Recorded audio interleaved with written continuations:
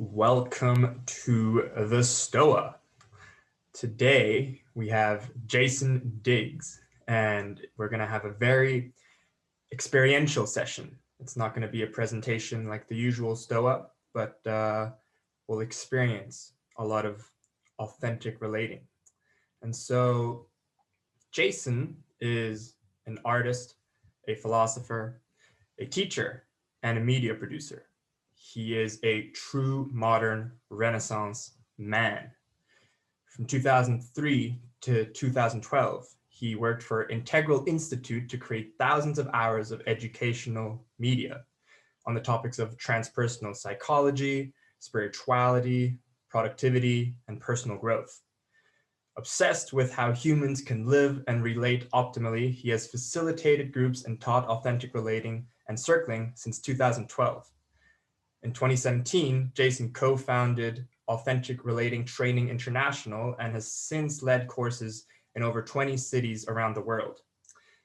He's also the author of the book Conflict Equals Energy, the transformative practice of authentic relating. And that's essentially the only book that exists about authentic relating. And so we're super excited for Jason to share some of the content of the book and especially some of the practices. And the way today's going to work is Jason is going to lead basically the whole session. And then at the end, we'll have like 20 minutes or so for Q&A and some reflections and stuff like that. So with that being said, Jason, take it away. Hello, everyone. Nice to see some of you. Most of you have your cameras off. So if we could turn our cameras on for anyone who's willing. Hello, hello.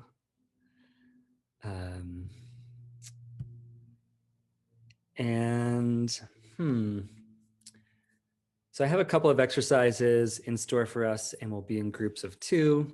But we're going to spend the first part in this big group, and we're going to do an exercise right at the start.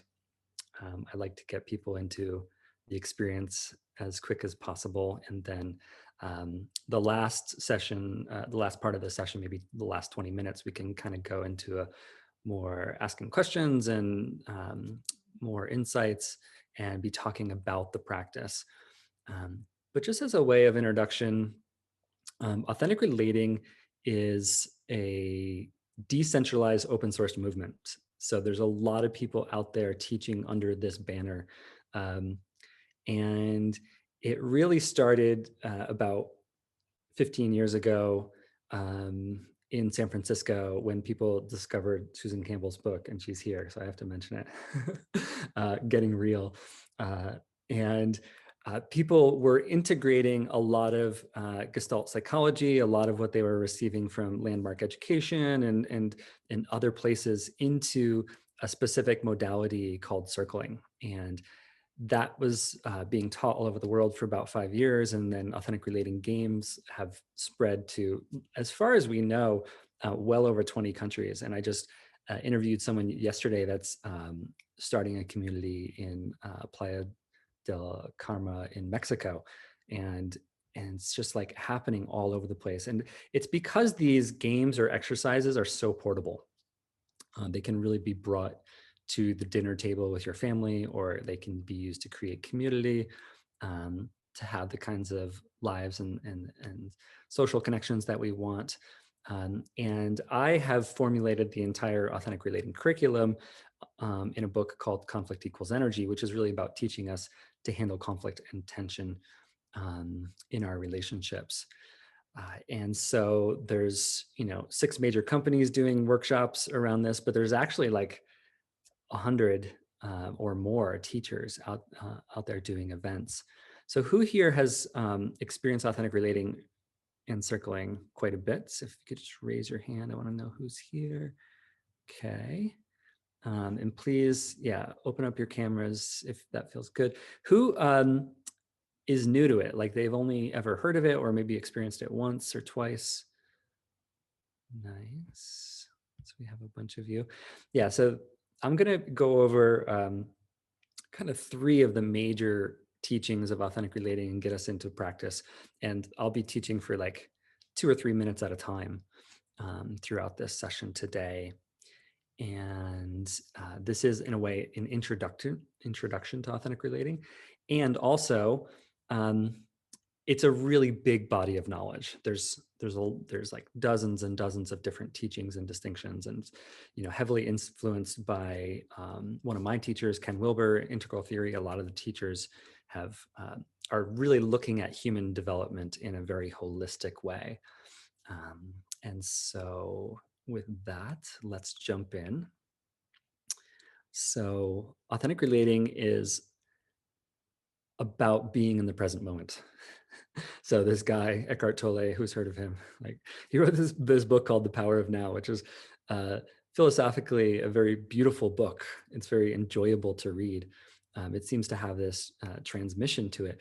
But how do we actually get into the present moment? Well, authentic relating has like dozens of exercises that help us set the past aside for now and let the future take care of itself, and coming right here, right now, where all of the juice and the aliveness is. And there's something about that develops our core emotional intelligence muscles of being able to be with other people and be more present for the people in our lives. So that's the foundation of what we're doing. And so authentic relating is a set of practices, exercises, and as I said, it's communities all over the world. And I like to say job number one is embodiment. So we live a very unique life that is quite different than our grandfathers and grandmothers and great grandfathers and great grandmothers 100 years ago. Our attention can get zoomed into the screen. Who spends a lot of their life on Zoom these days? And just little, very simple reminders of like, oh, I'm a being that exists in 360 degrees, and gravity is pulling me down into this chair, and my shoulders have the ability to feel what's around me, behind me. And I say that is because if we're getting into a challenging conversation, whether that's a high stakes conversation at work, meeting, or a disagreement with our spouse or family member or loved one, the more we can breathe and bring grounding and presence and embodiment to the conversation, that is generally going to go much better. And what is authentic relating? It's the ability to tell the truth without blowing up our relationships, the ability to truly be ourselves and speak the truth and be authentic while remaining receptive and open and related to the others. So we're going to play a game. Actually, let's do, sometimes I do this in the reverse order, but let's all put 3 words into the chat about how we're doing right now so we can get a sense of who we are as a group.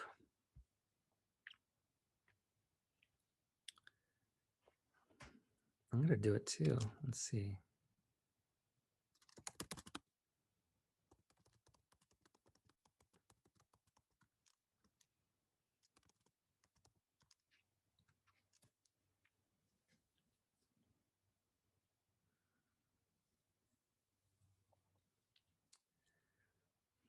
So as people are just checking in over the chat, I quite like these sessions that are not big and not small. There's like a whole community of people, 38 of us. And as I said before, we're going to dive into practice together. And then we're going to talk about that and see what we can learn from it. So find an object in your environment that means something to you. This could be a picture frame. This could be a rock or a crystal. It could be a feather. Could be a scented candle that you like and maybe was a gift from someone or something. Any kind of object that's meaningful to you.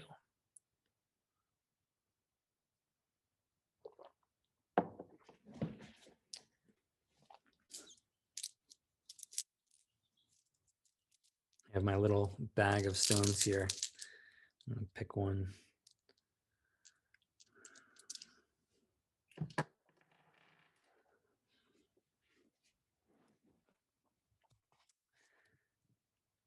So we use this phrase in personal growth culture, speaking from the heart.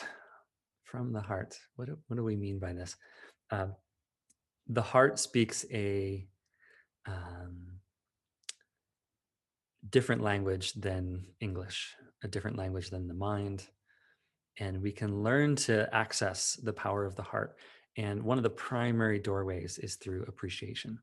So we're going to be playing with appreciation and gratitude for the next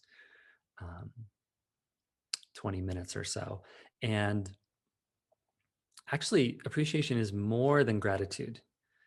It's the ability to be fully in touch with the situation as it is. It has these interesting meanings. It also means the increase of value. And so when we appreciate others in our family and community and at our workplaces, we deposit into that relationship. So we're going to play with this. So take whatever object that you have decided, and I want you to get deeper in relationship with this object than you ever have in your life. We're going to just do something. We're going to spend about 5 minutes with this object, maybe less, three to 5 minutes. And once again, it might help to breathe slowly and softly. And just notice the way the light in the room plays across this object. It might have seemed like it was 2 or 3 or 4 colors, but actually there's 20 colors or 200 colors, depending on how you count it. Different shades that come out. And notice the texture. You can even like rub it against your palm.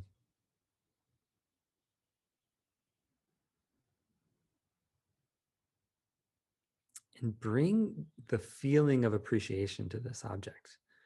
Like, wow. Like, whether it's rough or smooth, see if you can appreciate that sensation.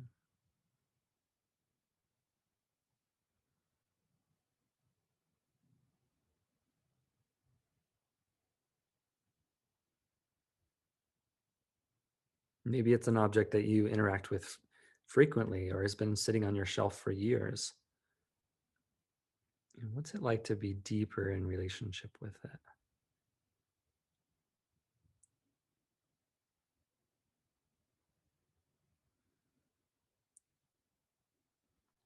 And then whatever feeling of appreciation or gratitude, see if you can double it.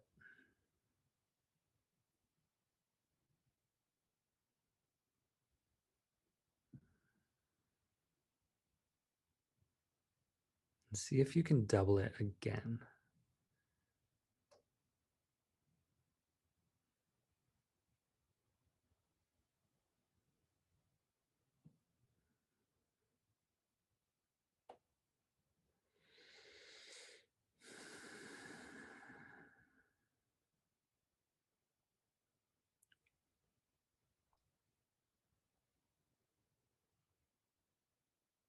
And then in the last 30 seconds or so, I want you to take a little journey of perspective, of shifting perspective, and see if you can bring appreciation and gratitude to your own appreciation and gratitude. Appreciate the feeling of appreciation. Like you are a being that is capable of gratitude. Isn't that neat?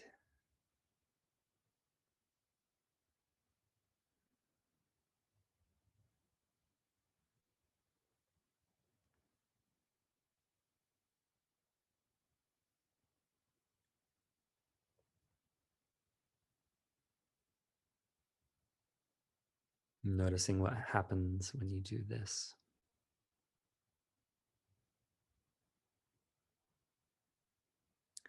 And just go ahead and say goodbye for now to the object, thanking the object for playing this game with you.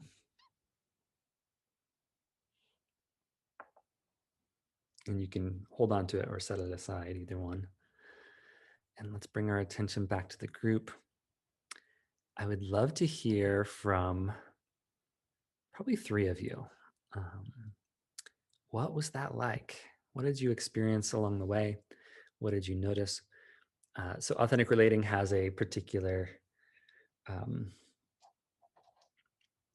methodology or even pedagogy. If you are into teaching and learning, you might know this word, pedagogy. We introduce a concept briefly, we play a game, and then we talk about what we just experienced so that we can all learn together. That's the basic methodology. So I'd love to have 3 of you share. What did you notice along the way? What did you experience?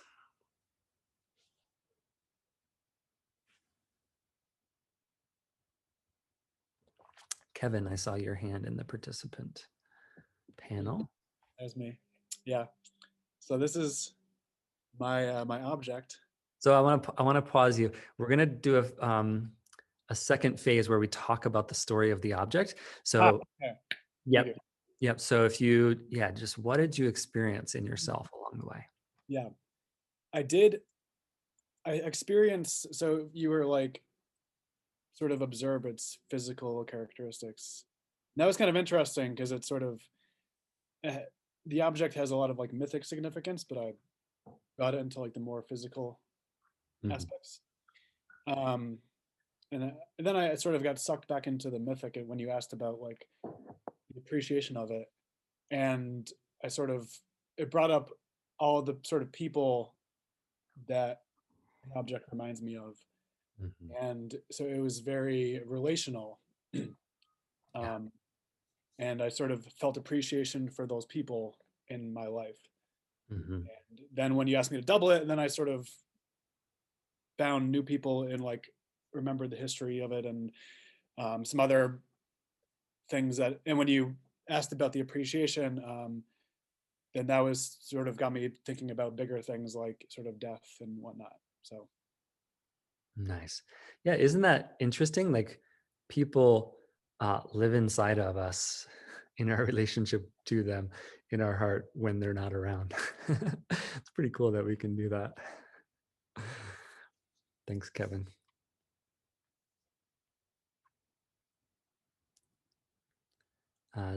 Yeah, 1 or 2 more.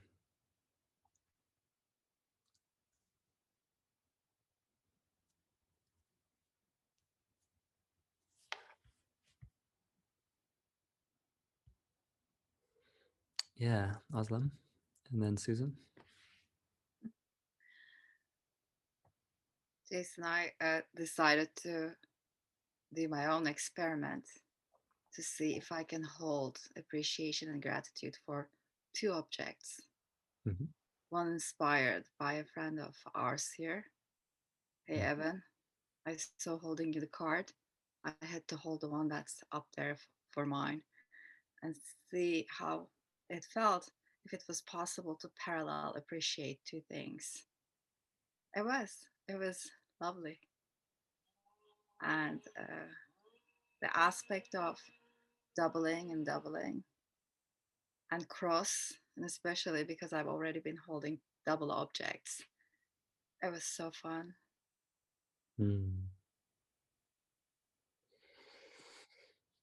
Nice. So you challenged yourself. Susan? I noticed that I was very tactile, and I liked the holding it close to my body and feeling it with my hands and the texture. So I loved it when you said, appreciate your appreciation. And so that's the thing I noticed most about my way of appreciating. It's kind of sensual. Yeah. Did anyone else find something similar? Like their way of appreciating had to do with the senses or the sensual. Yeah, it's almost like we have these different modes. It's like our skin is a mode of appreciation, and in our heart and even our mind, like, intellectual enjoyment is an actual feeling, right? Yeah, nice. Let's go into phase 2. So I'm going to put you into a group with one other person, and you will tell the story of this object. Who are the people that it's related to, what they mean to you, what the object means to you, if it's relevant, the story of how you got it or came to receive this object. And all the while, just notice what it's like to be together and notice what it's like to speak about this object with the other person. You'll each have 3 minutes, and I'll tell you when to switch. Any questions about what we're doing? All right, welcome back, everybody.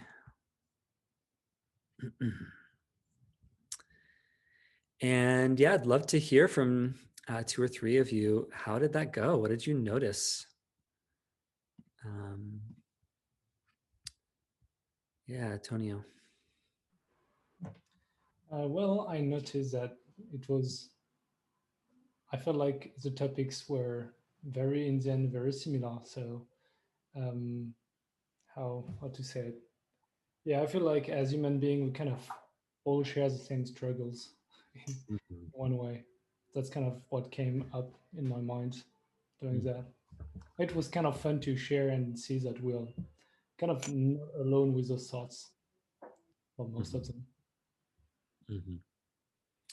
Yeah, that's a common comment from this exercise. So who felt some sense of like, oh, wow, we're all struggling with similar things and I'm not alone. Yeah, nice, beautiful. Evan, you want to jump in? I found it really nice to do this exercise because in, say, your average conventional social context, I will somewhat frequently get criticized as an oversharer, right? Like I maybe get perceived as not having enough of a filter. And so it was nice to be in a space that felt natural to me in that sense, where like, okay, I don't have to like do this like weird cognitive filtering mechanism and like be double checking on the social acceptability of what I'm saying, because the whole point is to actually just share something you don't normally share. So that felt nice and quite comfortable for me. And like there's a feeling of closeness you get when you do that with people, which is why I like it. So I felt that with the people quickly in my group who I hadn't really talked directly to much ever. Nice. Yeah, I think that's one of the main reasons people practice authentic relating or get into it over time, is because, yeah, they can just share in ways that are not regular in our normal social lives. And that's really satisfying. Yeah. Kati? Thank you. Yeah, something on the lines of what Evan said. There were things that I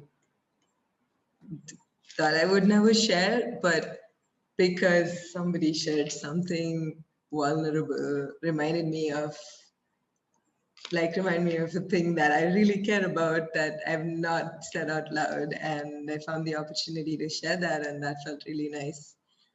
And yeah, we just got vulnerable every second.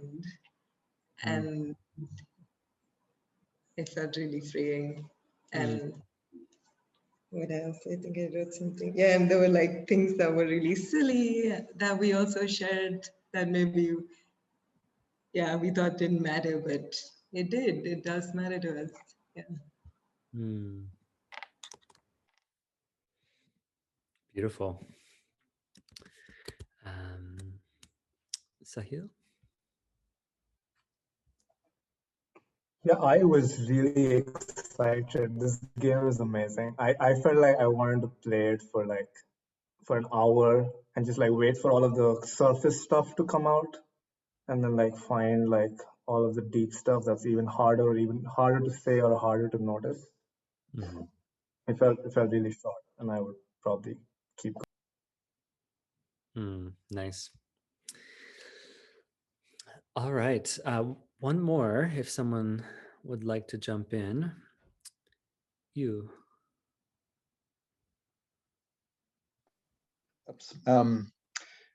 Yeah, a little bit of a meta thing there was that prior to the exercise, I was in the mode of maybe wanting to prepare a little bit as you were explaining it. It's like, okay, what are some things that I might want to share? But then I felt that in the group, it was actually possible to just let it flow and get inspired and have things come up naturally, which also ensued from this environment of trust, basically, I think. So that was a positive experience too. Nice.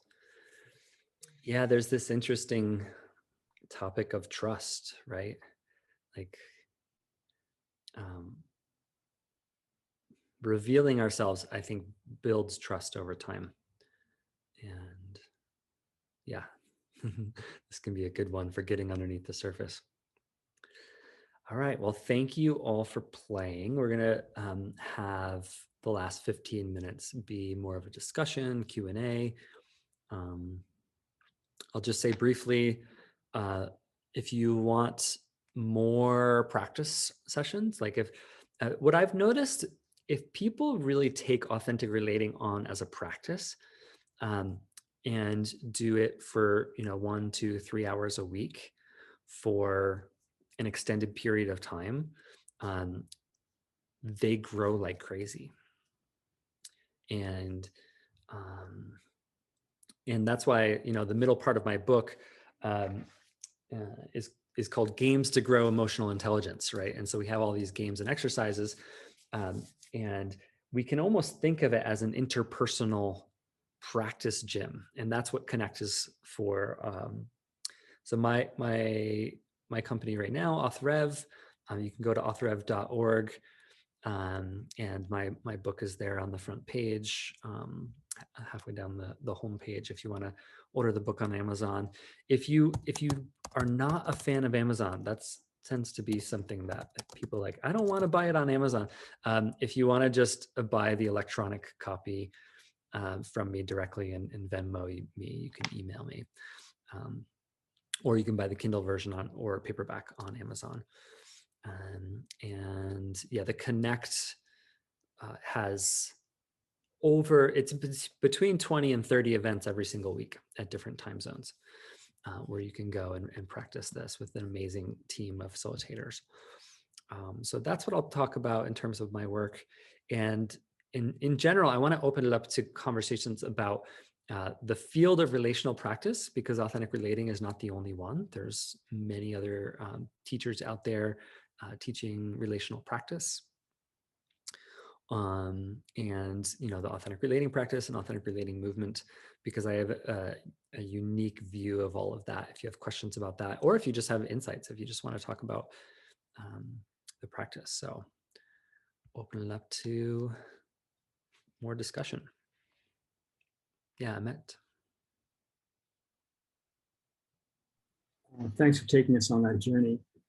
I've got like two questions, two tactical questions. The first is, there's a tribe of people, about 150 people, who kind of gather on an annual basis in the woods, and we have a organizing council, let's say, of whoever shows up, about 20 or 30 people. And I find it's always challenging to kind of get some level of authentic cohesion going on. So the two specific things I'm kind of curious about is, one is, how do you create kind of entry points to get people woven together so that we're kind of functional? Mm-hmm. And two, there's always this kind of danger of oversharing or kind of super bias that often emerges. And how do you manage, when, the kind of things wobble a little bit and it gets kind of, well, I don't know if there's an off track, but if it gets off track. I love these questions. Let's all take a breath and raise our arms. Let it out with a sigh. This is an answer to your question, I promise. Let's unmute. Everyone who's willing, unmute, and we're going to do that again. So let's raise our arms and take a big breath. Let it out with a sigh. So for hundreds of thousands of years, human beings have been moving and making noises together. And when we move with the same movements and make the same noises together, we feel a sense of safety and tribe. And so group cohesion is often a function of ritual and embodiment. And if your group wants to blast Led Zeppelin and dance, you know, before you start, there's something about music and movement and sounding together and breathing together. That's why when I lead a 2-day workshop, I probably say somewhere between 20 and 25 times, let's all take a breath together. Because it's the simplest way that I have to get a group entrained with one another. And when I notice more distraction, more chaos in the group, I bring us back to a ritual. And that could be a meditation bell or whatever it is. So that's my answer to your first question. The second question is, there tends to be oversharing. And it's like, how do you bring, okay, yeah. Well, number one, facilitation, skillful facilitation. Number two, creating the context up front, and then the ability to bring the group back to the context. So is what we're doing here discussing a particular thing, and we're, you know, after discussion, we're going to make a decision, you know, like, let's say our context here is to get input from all of you so that, you know, these 5 people over here can make a decision. That's a context that you can bring it back to if you say that up front.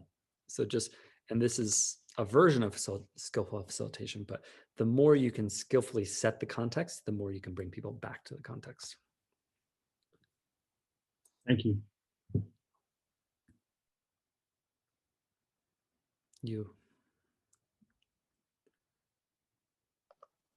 Can you speak a little bit to a situation that is different from this context, where everybody, you know, voluntarily and eagerly participates and wants to authentically relate, whereas maybe you could say that relationships that have turned sour for the lack of it are the ones most in need. So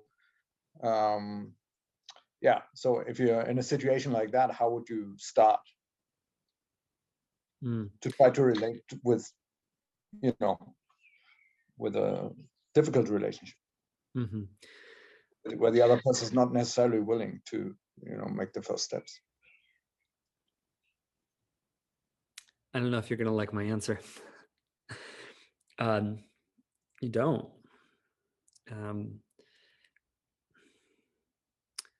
It's impossible to get another person to take the first steps, and it's impossible to get another person to meet you. And sometimes relationships, if there are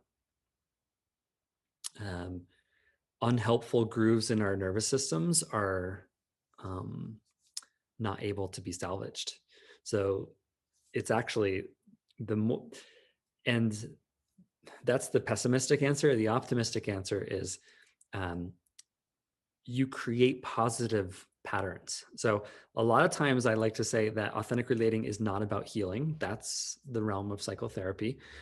Authentic relating is about putting new options on the menu.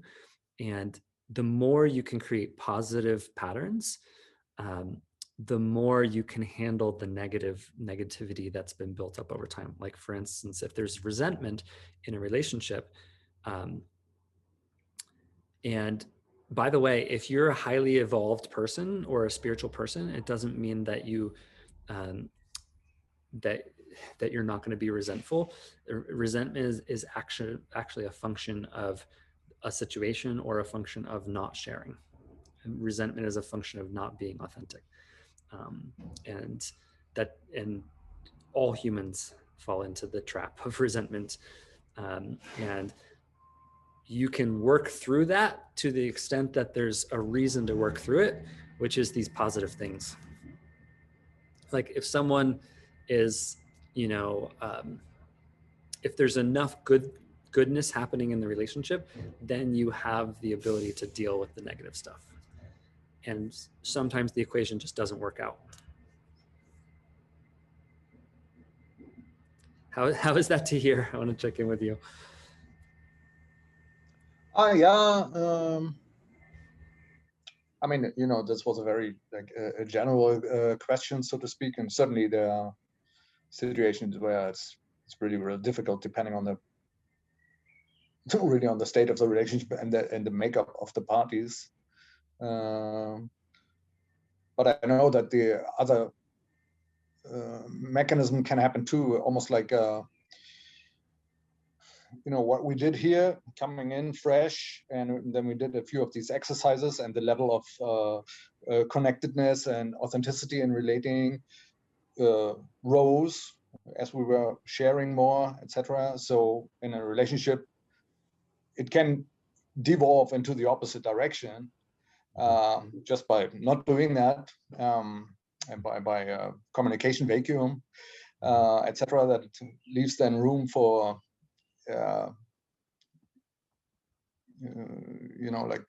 suspicion and things like that.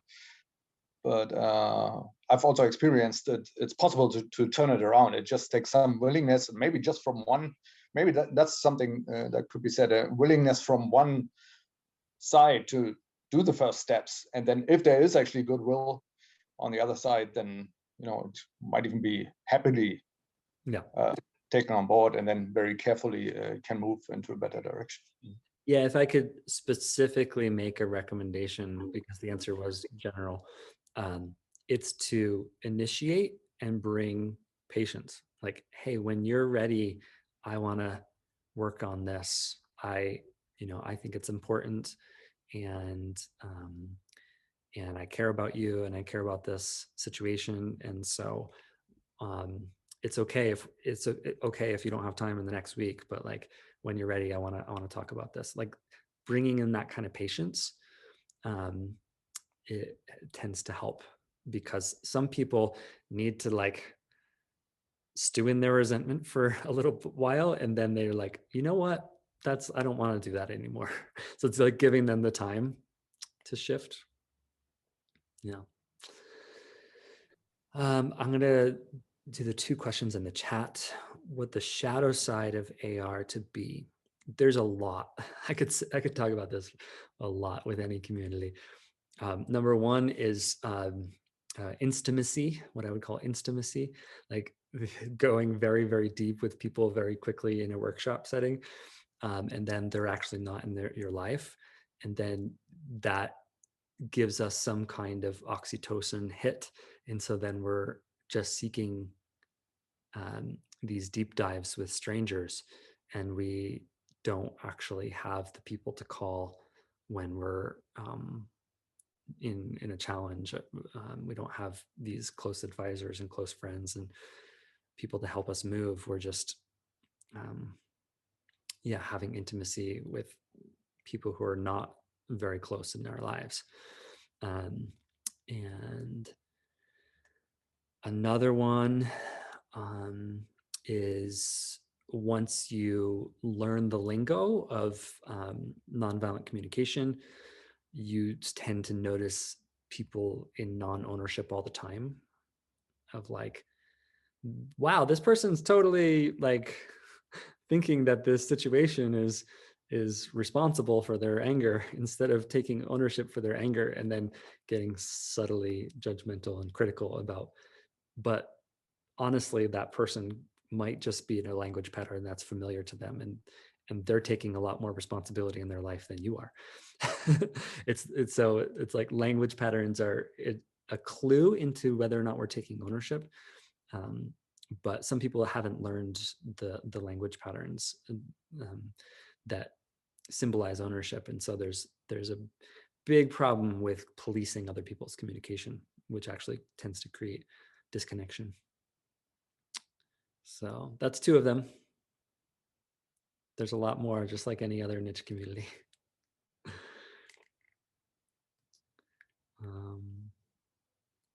You want to speak on that, Ryan? Or wait, yeah, you're the one who asked that question. Yeah, sure. Those were two good examples you gave. I'm curious. I'm curious if there's a healthy amount of resentment there. Like you were talking about resentment earlier as a natural thing. I'm curious if resentment is ever a healthy thing to hold on. Almost sounded like there was like a ratio of resentment to resilience. That, like, you know, if it crosses the border of way too resentful, then you're not resilient. You can't be authentic in a situation. And how that shows up is the shadow of AR. Yeah, I wouldn't use that word, but I'm very pragmatic and very skeptical of the community that I help lead, because I've just seen us fall into these shadow sides and traps. And yeah, and so I like to warn against them. And so you gave me the opportunity to do that. So thank you. Yeah.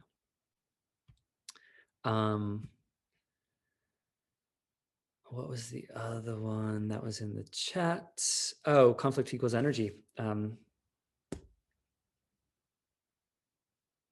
Yeah, what the book title means, it's attempting through a little bit of poetics to frame the problem and the solution at the same time.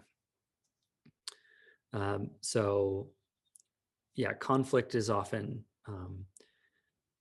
dissonant energy, like 2 different notes on the piano that are not in harmony, or even a piano that's out of tune. It creates dissonance, and and it takes a lot of communication skill to transform dissonance into harmony.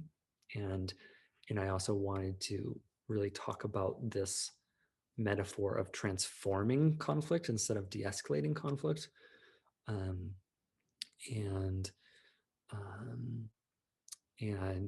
curious how you convert conflict to energy. I wrote a whole book on the topic. But if I would say my number 1 tip is slow down and breathe, because when we're listening to each other and our nervous systems are kind of linked together, it can create the potential for metabolization and digestion of stuck emotional energy. But like your digestive system, it takes time. It takes a willingness to be in the dissonance with each other over time to transform stuck emotional energy. Cool. Well, we'll end there. I'm also totally willing to stay after and for 10 minutes and continue to answer questions, but I want to honor the time container and thank Nicholas and Peter for inviting me to this session. It's been a real enjoyable one for me. I know Susan has a session on July 12th coming up with the Stoa. So check back in if you want more of this kind of content. She's the godmother of this whole movement. So highly recommend that. Mm-hmm. Awesome. Yeah, I don't know. Susan, do you want to say a few words about your session on July 12th? I haven't designed it yet, but it will look at all the things that take you out of the present moment and some practices for bringing yourself back here where all the aliveness is. So it'll be of the same theme, but a different angle. And I'll probably put this work in the context of how it fits into we're all part of the consciousness evolution on this planet. That'll take about 30 seconds to put it in a bigger context, but I see this work as an evolutionary practice. Awesome. So yeah, that is July 12th, 12 p.m. Eastern. And then to plug another event that is happening today at 6 p.m. Eastern, there's Strawman, Steelman, and All Those Other Men with Peter and Ryan Nickade. And yeah, so with that being said, this was awesome. Thank you, Jason. And I'll officially close it right now by saying thank everybody for being here and enjoy the rest of your week.